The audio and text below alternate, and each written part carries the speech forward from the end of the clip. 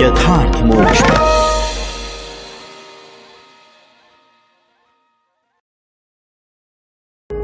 यथार्थ मोक्ष प्रस्तुत कर रहा है अतुल्य संपूर्ण महाभारत। श्री महाभारतम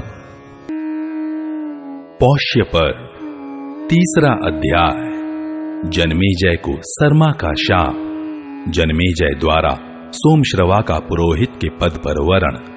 आरुणि, उपमन्यु, वेद और उत्तंक की गुरु भक्ति तथा उत्तंक का सर्प यज्ञ के लिए जन्मेजय को प्रोत्साहन देना। उग्रश्रवाजी कहते हैं, परीक्षित के पुत्र जन्मेजय अपने भाइयों के साथ कुरुक्षेत्र में दीर्घ काल तक चलने वाले यज्ञ का अनुष्ठान करते थे। उनके 3 भाई थे, श्रुतसेन, उग्रसेन और भीमसेन। वे तीनों उस यज्ञ में बैठे थे। इतने में ही देवताओं की कुतिया सरमा का पुत्र सारमेय वहां आया। जन्मेजय के भाइयों ने उस कुत्ते को मारा। तब वह रोता हुआ अपनी मां के पास गया। बार बार रोते हुए अपने उस पुत्र से माता ने पूछा, बेटा क्यों रोता है? किसने तुझे मारा है? माता के इस प्रकार पूछने पर उसने उत्तर दिया, मां, मुझे जन्मेजय के भाइयों ने मारा है। तब माता उससे बोली, बेटा अवश्य ही तूने उनका कोई प्रकट रूप में अपराध किया होगा, जिसके कारण उन्होंने तुझे मारा है। तब उसने माता से पुनः इस प्रकार कहा, मैंने कोई अपराध नहीं किया है, न तो उनके भविष्य की ओर देखा और न उसे चाटा ही है। यह सुनकर पुत्र के दुख से दुखी हुई उसकी माता सरमा उस सत्र में आई, जहां जन्मेजय अपने भाइयों के साथ दीर्घकालीन सत्र का अनुष्ठान कर रहे थे। वहां क्रोध में भरी हुई सरमा ने जन्मेजय से कहा, मेरे इस पुत्र ने तुम्हारा कोई अपराध नहीं किया था, न तो इसने भविष्य की ओर देखा और न उसे चाटा ही था, तब तुमने इसे क्यों मारा? किंतु जन्मेजय और उनके भाइयों ने इसका कुछ भी उत्तर नहीं दिया। तब सरमा ने उनसे कहा, मेरा पुत्र निरपराध था, तो भी तुमने इसे मारा है, अतः तुम्हारे ऊपर अकस्मात ऐसा भय उपस्थित होगा जिसकी पहले से कोई संभावना न रही हो। देवताओं की कुतिया सरमा के इस प्रकार शाप देने पर जन्मेजय को बड़ी घबराहट हुई और वे बहुत दुखी हो गए। उस सत्र के समाप्त होने पर वे हस्तिनापुर में आए और अपने योग्य पुरोहित की खोज करते हुए इसके लिए बड़ा यत्न करने लगे। पुरोहित के ढूंढने का उद्देश्य यह था कि वह मेरी इस शाप रूप पाप कृत्या को शांत कर दे। एक दिन परीक्षित पुत्र जन्मेजय शिकार खेलने के लिए वन में गए। वहां उन्होंने एक आश्रम देखा जो उन्हीं के राज्य के किसी प्रदेश में विद्यमान था। उस आश्रम में श्रुतश्रवा नाम से प्रसिद्ध एक ऋषि रहते थे। उनके पुत्र का नाम था सोमश्रवा। सोमश्रवा सदा तपस्या में ही लगे रहते थे। परीक्षित कुमार जन्मेजय ने महर्षि श्रुतश्रवा के पास जाकर उनके पुत्र सोमश्रवा का पुरोहित पद के लिए वरण किया। राजा ने पहले महर्षि को नमस्कार करके कहा, भगवान, आपके ये पुत्र सोमश्रवा मेरे पुरोहित हों। उनके ऐसा कहने पर श्रुतश्रवा ने जन्मेजय को इस प्रकार उत्तर दिया, महाराज जन्मेजय, मेरा यह पुत्र सोमश्रवा सर्पिणी के गर्भ से पैदा हुआ है। यह बड़ा तपस्वी और स्वाध्यायशील है। मेरे तपोबल से इसका भरण पोषण हुआ है। एक समय एक सर्पिणी ने मेरा वीर्यपान कर लिया था, अतः उसी के पेट से इसका जन्म हुआ है। यह तुम्हारी संपूर्ण पाप कृत्याओं का निवारण करने में समर्थ है। केवल भगवान शंकर की कृत्या को यह नहीं टाल सकता, किंतु इसका एक गुप्त नियम है। यदि कोई ब्राह्मण इसके पास आकर इससे किसी वस्तु की याचना करेगा तो यह उसे उसकी अभीष्ट वस्तु अवश्य देगा। यदि तुम उदारता पूर्वक इसके इस व्यवहार को सहन कर सको अथवा इसकी इच्छा पूर्ति का उत्साह दिखा सको तो इसे ले जाओ। श्रुतश्रवा के ऐसा कहने पर जन्मेजय ने उत्तर दिया, भगवन, सब कुछ उनकी रुचि के अनुसार ही होगा। फिर वे सोमश्रवा पुरोहित को साथ लेकर लौटे और अपने भाइयों से बोले, इन्हें मैंने अपना उपाध्याय बनाया है। ये जो कुछ भी कहें उसे तुम्हें बिना किसी सोच विचार के पालन करना चाहिए। जन्मेजय के ऐसा कहने पर उनके तीनों भाई पुरोहित की प्रत्येक आज्ञा का ठीक ठीक पालन करने लगे। इधर राजा जन्मेजय अपने भाइयों को ऐसा आदेश देकर स्वयं तक्षशिला जीतने के लिए चले गए और उस प्रदेश को अपने अधिकार में कर लिया। इन्हीं दिनों आयोधधौम्य नाम से प्रसिद्ध एक महर्षि थे। उनके 3 शिष्य हुए, उपमन्यु, आरुणि पांचाल तथा वेद। एक दिन उपाध्याय ने अपने एक शिष्य पांचाल देशवासी आरुणि को खेत पर भेजा और कहा, वत्स, जाओ क्यारियों की टूटी हुई मेड़ बांध दो। उपाध्याय के इस प्रकार आदेश देने पर पांचाल देशवासी आरुणि वहां जाकर उस धान की क्यारी की मेड़ बांधने लगा, परंतु बांध न सका।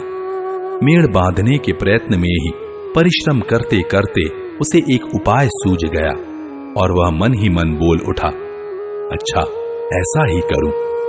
वह क्यारी की टूटी हुई मेड़ की जगह स्वयं ही लेट गया। उसके लेट जाने पर वहां का बहता हुआ जल रुक गया। फिर कुछ काल के पश्चात उपाध्याय आयोधधौम्य ने अपने शिष्यों से पूछा, पांचाल निवासी आरुणि कहां चला गया? शिष्यों ने उत्तर दिया, भगवन, आप ही ने तो उसे यह कहकर भेजा था कि जाओ क्यारी की टूटी हुई मेड़ बांध दो। शिष्यों के ऐसा कहने पर उपाध्याय ने उनसे कहा, तो चलो हम सब लोग वहीं चले जहां आरुणि गया है। वहां जाकर उपाध्याय ने उसे आने के लिए आवाज दी, पांचाल निवासी आरुणि, कहां हो वत्स, यहां आओ। उपाध्याय का यह वचन सुनकर आरुणि पांचाल सहसा उस क्यारी की मेड़ से उठा और उपाध्याय के समीप आकर खड़ा हो गया। फिर उनसे विनयपूर्वक बोला, भगवन, मैं यहां हूं। क्यारी की टूटी हुई मेड़ से निकलते हुए अनिवार्य जल को रोकने के लिए स्वयं ही यहां लेट गया था। इस समय आपकी आवाज सुनते ही सहसा उस मेड़ को विदीर्ण करके आपके पास आ खड़ा हुआ। मैं आपके चरणों में प्रणाम करता हूं। आप आज्ञा दीजिए, मैं कौन सा कार्य करूं? आरुणि के ऐसा कहने पर उपाध्याय ने उत्तर दिया, तुम क्यारी के मेड़ को विदीर्ण करके उठे हो, अतः इस उद्यालन कर्म के कारण उद्यालक नाम से ही प्रसिद्ध होगी। ऐसा कहकर उपाध्याय ने आरुणि को अनुग्रहित किया। साथ ही यह भी कहा कि तुमने मेरी आज्ञा का पालन किया है, इसलिए तुम कल्याण के भागी होगे। संपूर्ण वेद और समस्त धर्मशास्त्र तुम्हारी बुद्धि में स्वयं प्रकाशित हो जाएंगे। उपाध्याय के इस प्रकार आशीर्वाद देने पर आरुणि कृतकृत्य हो अपने अभीष्ट देश को चला गया। उन्हीं आयोधधौम्य उपाध्याय का उपमन्यु नामक दूसरा शिष्य था। उसे उपाध्याय ने आदेश दिया, वत्स उपमन्यु, तुम गौओं की रक्षा करो। उपाध्याय की आज्ञा से उपमन्यु गौओं की रक्षा करने लगा। वह दिन भर गौओं की रक्षा में रहकर संध्या के समय गुरुजी के घर पर आता और उनके सामने खड़ा हो नमस्कार करता। उपाध्याय ने देखा उपमन्यु खूब मोटा ताजा हो रहा है। तब उन्होंने पूछा, बेटा उपमन्यु, तुम कैसे जीविका चलाते हो जिससे इतने अधिक हृष्ट पुष्ट हो रहे हो? उसने उपाध्याय से कहा, गुरुदेव, मैं भिक्षा से जीवन निर्वाह करता हूं। यह सुनकर उपाध्याय उपमन्यु से बोले, मुझे अर्पण किए बिना तुम्हें भिक्षा का अन्न अपने उपयोग में नहीं लाना चाहिए। उपमन्यु ने बहुत अच्छा कहकर उनकी आज्ञा स्वीकार कर ली। अब वह भिक्षा लाकर उपाध्याय को अर्पण करने लगा। उपाध्याय उपमन्यु से सारी भिक्षा ले लेते थे। उपमन्यु तथास्तु कहकर पुनः पूर्ववत गौओं की रक्षा करता रहा। वह दिन भर गौओं की रक्षा में रहता और पुनः गुरु के घर पर आकर गुरु के सामने खड़ा हो नमस्कार करता था।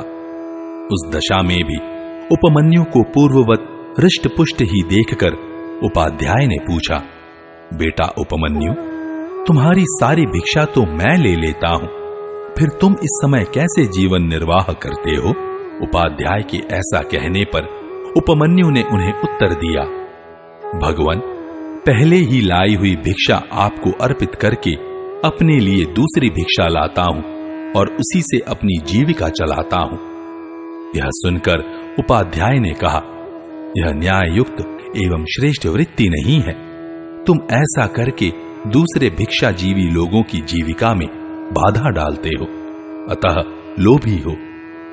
उसने तथास्तु कहकर गुरु की आज्ञा मान ली और पूर्ववत गौओं की रक्षा करने लगा। एक दिन गायें चराकर वह फिर उपाध्याय के घर आया और उनके सामने खड़े होकर उसने नमस्कार किया। उपाध्याय ने उसे फिर भी मोटा ताजा ही देखकर पूछा, बेटा उपमन्यु, मैं तुम्हारी सारी भिक्षा ले लेता हूं और अब तुम दोबारा भिक्षा नहीं मांगते, फिर भी बहुत मोटे हो, आजकल कैसे खाना पीना चलाते हो? इस प्रकार पूछने पर उपमन्यु ने उपाध्याय को उत्तर दिया, भगवान, मैं इन गौओं के दूध से जीवन निर्वाह करता हूं। उपाध्याय ने उससे कहा, मैंने तुम्हें दूध पीने की आज्ञा नहीं दी है, अतः इन गौओं के दूध का उपयोग करना तुम्हारे लिए अनुचित है। उपमन्यु ने बहुत अच्छा कहकर दूध न पीने की भी प्रतिज्ञा कर ली और पूर्ववत गोपालन करता रहा। एक दिन गोचारण के पश्चात वह पुनः उपाध्याय के घर आया और उनके सामने खड़े होकर उसने नमस्कार किया। उपाध्याय ने अब भी उसे हृष्टपुष्ट ही देखकर पूछा, बेटा उपमन्यु, तुम भिक्षा का अन्न नहीं खाते, दोबारा भिक्षा भी नहीं मांगते और गौओं का दूध भी नहीं पीते, फिर भी बहुत मोटे हो, इस समय कैसे निर्वाह करते हो? इस प्रकार पूछने पर उसने उपाध्याय को उत्तर दिया, भगवान, ये बछड़े अपनी माताओं के स्तनों का दूध पीते समय जो फेन उगल देते हैं उसी को पी लेता हूं। यह सुनकर उपाध्याय ने कहा, ये बछड़े उत्तम गुणों से युक्त हैं, अतः तुम पर दया करके बहुत सा फेन उगल देते होंगे, इसलिए तुम फेन पीकर तो इन सभी बछड़ों की जीविका में बाधा उपस्थित करते हो, अतः आज से फेन भी न पिया करो। उपमन्यु ने बहुत अच्छा कहकर उसे न पीने की प्रतिज्ञा कर ली और पूर्ववत गौओं की रक्षा करने लगा। इस प्रकार मना करने पर उपमन्यु न तो भिक्षा का अन्न खाता, न दोबारा भिक्षा लाता, न गौओं का दूध पीता और न बछड़ों के फेन को ही उपयोग में लाता था। एक दिन वन में भूख से पीड़ित होकर उसने आक के पत्ते चबा लिए। आक के पत्ते खारे, तीखे, कड़वे और रूखे होते हैं, उनका परिणाम तीक्ष्ण होता है, अतः उनको खाने से उपमन्यु की आंखों की ज्योति नष्ट हो गई, वह अंधा हो गया। अंधा होने पर भी वह इधर उधर घूमता रहा, अतः कुएं में गिर पड़ा। तदनंतर जब सूर्यदेव अस्ताचल की चोटी पर पहुंच गए, तब भी उपमन्यु गुरु के घर पर नहीं आया। तो उपाध्याय ने शिष्यों से पूछा, उपमन्यु क्यों नहीं आया? वे बोले, वह तो गाय चराने के लिए वन में गया था। तब उपाध्याय ने कहा, मैंने उपमन्यु की जीविका के सभी मार्ग बंद कर दिए हैं, अतः निश्चय ही वह रूठ गया है, इसीलिए इतनी देर हो जाने पर भी वह नहीं आया, अतः हमें चलकर उसे खोजना चाहिए। ऐसा कहकर शिष्यों के साथ वन में जाकर उपाध्याय ने उसे बुलाने के लिए आवाज दी, ओ उपमन्यु, कहां हो बेटा, चले आओ। उसने उपाध्याय की बात सुनकर उच्च स्वर से उत्तर दिया, गुरुजी, मैं कुएं में गिर पड़ा हूं। तब उपाध्याय ने उससे पूछा, वत्स, तुम कुएं में कैसे गिर गए? उसने उपाध्याय को उत्तर दिया, भगवन, मैं आंख के पत्ते खाकर अंधा हो गया हूं, इसीलिए कुएं में गिर गया। तब उपाध्याय ने कहा, वत्स, दोनों अश्विनी कुमार देवताओं के वैद्य हैं, तुम उन्हीं की स्तुति करो, वे तुम्हारी आंखें ठीक कर देंगे। उपाध्याय के ऐसा कहने पर उपमन्यु ने अश्विनी कुमार नामक दोनों देवताओं की ऋग्वेद के मंत्रों द्वारा स्तुति प्रारंभ की।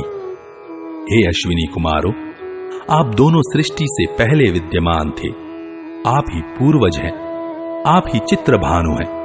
मैं वाणी और तप के द्वारा आपकी स्तुति करता हूं, क्योंकि आप अनंत हैं, दिव्य स्वरूप हैं, सुंदर पंख वाले दो पक्षी की भांति सदा साथ रहने वाले हैं, रजोगुण शून्य तथा अभिमान से रहित हैं, संपूर्ण विश्व में आरोग्य का विस्तार करते हैं।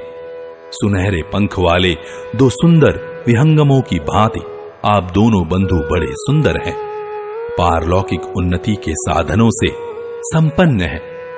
नासत्य तथा दस्त्र ये दोनों आपके नाम हैं। आपकी नासिका बड़ी सुंदर है, आप दोनों निश्चित रूप से विजय प्राप्त करने वाले हैं। आप ही विवस्वान के सुपुत्र हैं, अतः स्वयं ही सूर्य रूप में स्थित हो दिन तथा रात्रि रूप काले तंतुओं से संवत्सर रूप वस्त्र बुनते रहते हैं, और उस वस्त्र द्वारा वेग पूर्वक देवयान और पितृयान नामक सुंदर मार्गों को प्राप्त कराते हैं। परमात्मा की काल शक्ति ने जीव रूपी पक्षी को अपना ग्रास बना रखा है।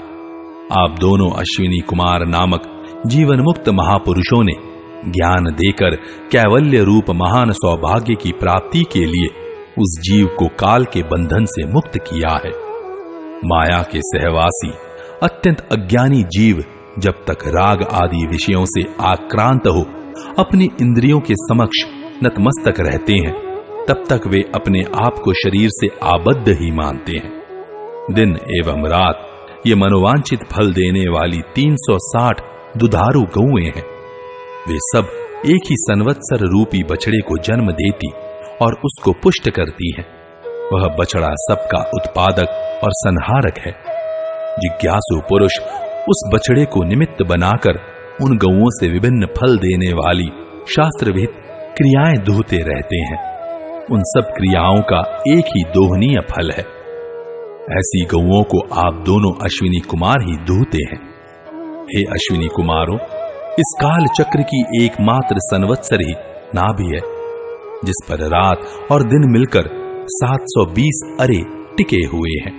वे सब 12 मास रूपी प्रधियों में जुड़े हुए हैं।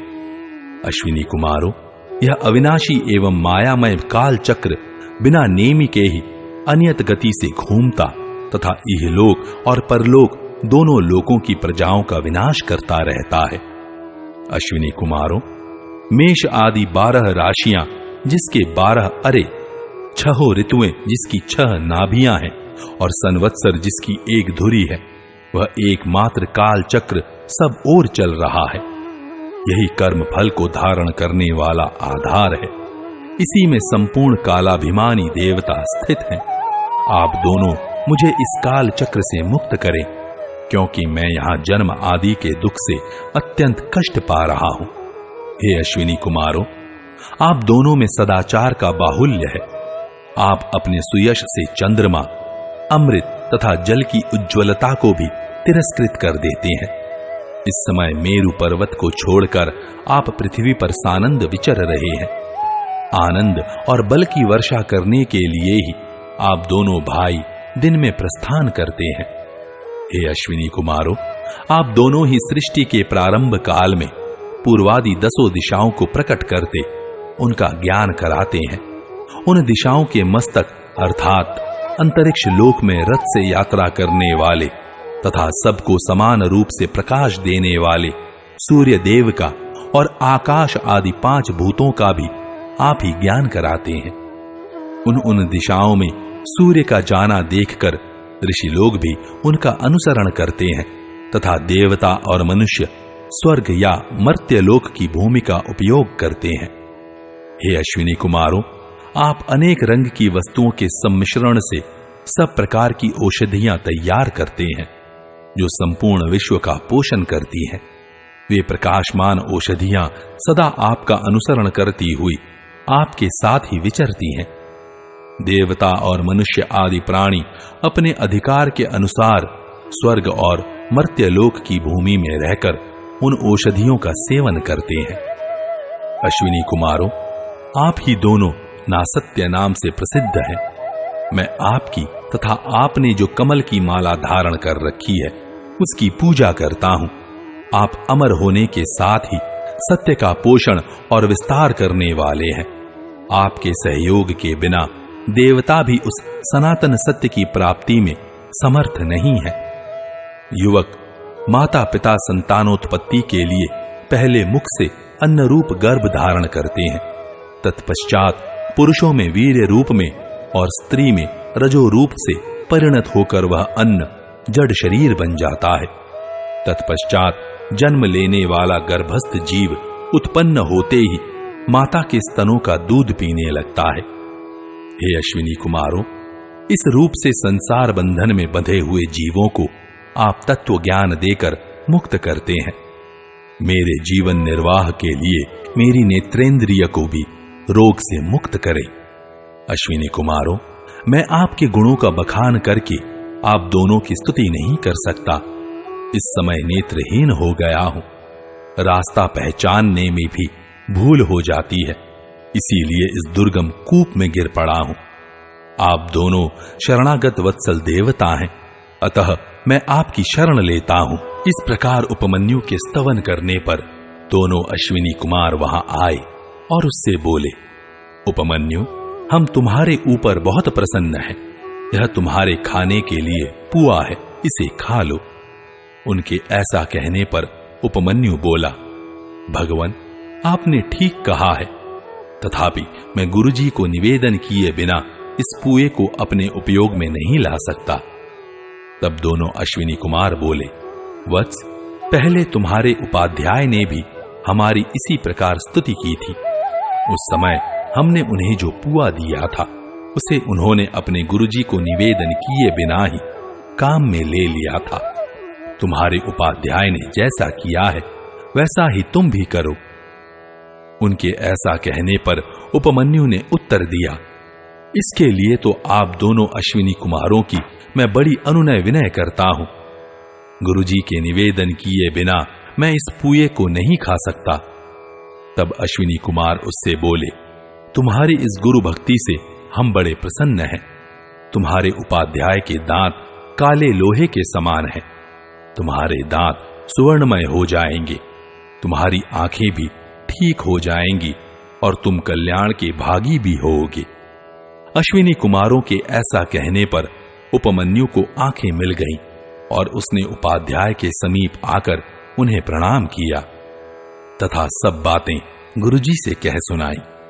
उपाध्याय उसके ऊपर बड़े प्रसन्न हुए और उससे बोले, जैसा अश्विनी कुमारों ने कहा है उसी प्रकार तुम कल्याण के भागी होगे। तुम्हारी बुद्धि में संपूर्ण वेद और सभी धर्म शास्त्र स्वतः स्फुरित हो जाएंगे। इस प्रकार यह उपमन्यु की परीक्षा बताई गई। उन्हीं आयोध धौम्य के तीसरे शिष्य थे वेद। उन्हें उपाध्याय ने आज्ञा दी, वत्स वेद, तुम कुछ काल तक यहां मेरे घर में निवास करो, सदा शुश्रूषा में लगे रहना, इससे तुम्हारा कल्याण होगा। वेद बहुत अच्छा कहकर गुरु के घर में रहने लगे। उन्होंने दीर्घ काल तक गुरु की सेवा की। गुरुजी उन्हें बैल की तरह सदा भारी बोझ ढोने में लगाए रखते थे और वेद सर्दी गर्मी तथा भूख प्यास का कष्ट सहन करते हुए सभी अवस्थाओं में गुरु के अनुकूल ही रहते थे। इस प्रकार जब बहुत समय बीत गया तब गुरुजी उन पर पूर्णतः संतुष्ट हुए। गुरु के संतोष से वेद ने श्रेय तथा सर्वज्ञता प्राप्त कर ली। इस प्रकार यह वेद की परीक्षा का वृत्तांत कहा गया। तदनंतर उपाध्याय की आज्ञा होने पर वेद समावर्तन संस्कार के पश्चात स्नातक होकर गुरु गृह से लौटे। घर आकर उन्होंने गृहस्थाश्रम में प्रवेश किया। अपने घर में निवास करते समय आचार्य वेद के पास 3 शिष्य रहते थे, किंतु वे काम करो अथवा गुरु सेवा में लगे रहो इत्यादि रूप से किसी प्रकार का आदेश अपने शिष्यों को नहीं देते थे, क्योंकि गुरु के घर में रहने पर छात्रों को जो कष्ट सहन करना पड़ता है उससे वे परिचित थे। इसीलिए उनके मन में अपने शिष्यों को क्लेशदायक कार्य में लगाने की कभी इच्छा नहीं होती थी।